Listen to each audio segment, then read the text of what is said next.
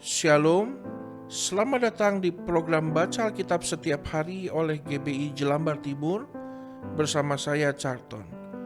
Hari ini saya akan membacakan kitab Kisah Para Rasul pasal 4. Petrus dan Yohanes di hadapan Mahkamah Agama. Ketika Petrus dan Yohanes sedang berbicara kepada orang banyak, mereka tiba-tiba didatangi imam-imam dan kepala pengawal bait Allah serta orang-orang Saduki. Orang-orang itu sangat marah karena mereka mengajar orang banyak dan memberitakan bahwa dalam Yesus ada kebangkitan dari antara orang mati. Mereka ditangkap dan diserahkan ke dalam tahanan sampai keesokan harinya karena hari telah malam. Tetapi di antara orang yang mendengar ajaran itu banyak yang menjadi percaya, sehingga jumlah mereka menjadi kira-kira 5.000 orang laki-laki.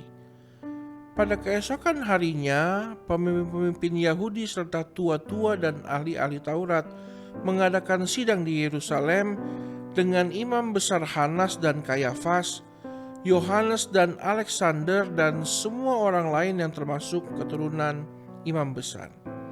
Lalu Petrus dan Yohanes dihadapkan kepada sidang itu dan mulai diperiksa dengan pertanyaan ini.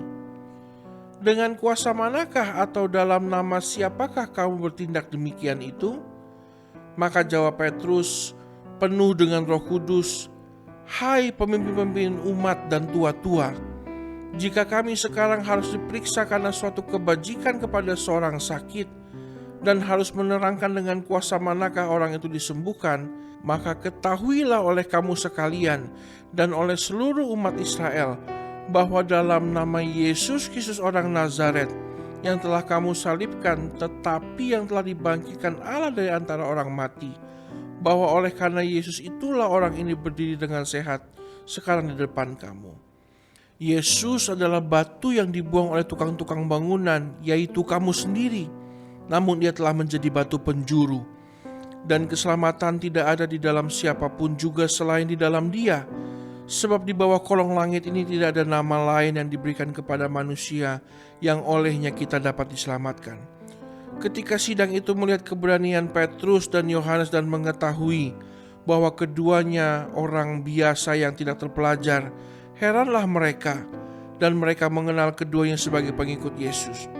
Tetapi karena mereka melihat orang yang disembuhkan itu berdiri di samping kedua rasul itu, mereka tidak dapat mengatakan apa-apa untuk membantahnya. Dan setelah mereka menyuruh rasul-rasul itu meninggalkan ruang sidang, berundinglah mereka dan berkata, "Tindakan apakah yang harus kita ambil terhadap orang-orang ini? Sebab telah nyata kepada semua penduduk Yerusalem bahwa mereka telah mengadakan suatu mujizat yang menyolok dan kita tidak dapat menyangkalnya. Tetapi supaya hal itu jangan makin luas tersiar di antara orang banyak, baiklah kita mengancam dan melarang mereka supaya mereka jangan berbicara lagi dengan siapapun dalam nama itu." Dan setelah keduanya disuruh masuk, mereka diperintahkan supaya sama sekali jangan berbicara atau mengajar lagi dalam nama Yesus. Tetapi Petrus dan Yohanes menjawab mereka, "Silahkan kamu putuskan sendiri manakah yang benar di hadapan Allah, taat kepada kamu atau taat kepada Allah. Sebab tidak mungkin bagi kami untuk tidak berkata-kata tentang apa yang telah kami lihat dan yang telah kami dengar." Mereka semakin keras mengancam rasul-rasul itu, tetapi akhirnya melepaskan mereka juga. Sebab sidang tidak melihat jalan untuk menghukum mereka karena takut akan orang banyak yang memuliakan nama Allah berhubung dengan apa yang telah terjadi. Sebab orang yang disembuhkan oleh mujizat itu sudah lebih dari 40 tahun umurnya. Doa jemaat. Sesudah dilepaskan, pergilah Petrus dan Yohanes kepada teman-teman mereka. Lalu mereka menceritakan segala sesuatu yang dikatakan imam-imam kepala dan tua-tua kepada mereka.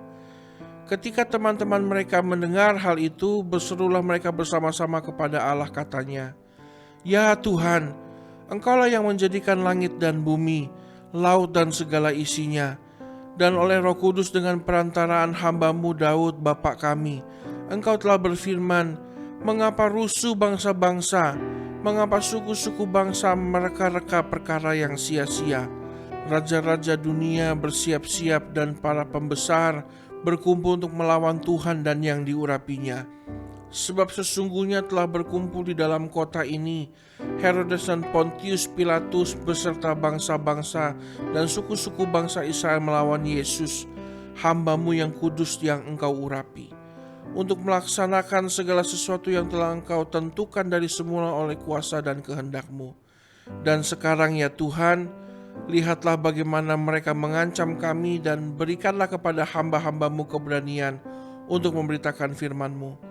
Ulurkanlah tangan-Mu untuk menyembuhkan orang, dan adakanlah tanda-tanda dan mujizat-mujizat oleh nama Yesus, hamba-Mu yang kudus. Dan ketika mereka sedang berdoa, goyanglah tempat mereka berkumpul itu, dan mereka semua penuh dengan Roh Kudus.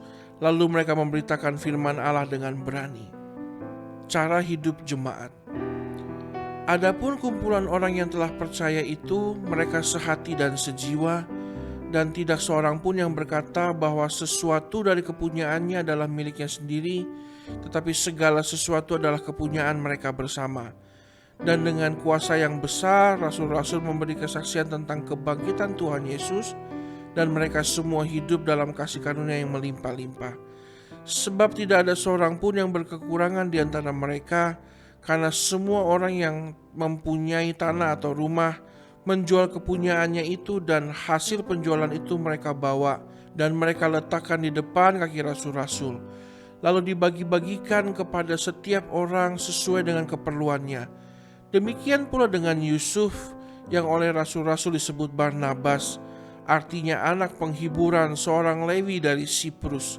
Ia menjual ladang miliknya, lalu membawa uangnya itu dan meletakkannya di depan kaki rasul-rasul. Ya Tuhan, berikanlah kami keberanian untuk terus mempertahankan iman kami, tidak peduli seberapapun banyak tantangan yang menimpa kehidupan kami. Izinkan kami terus berjalan dalam kekuatan yang baru setiap hari. Dalam nama Tuhan Yesus kami berdoa. Amin.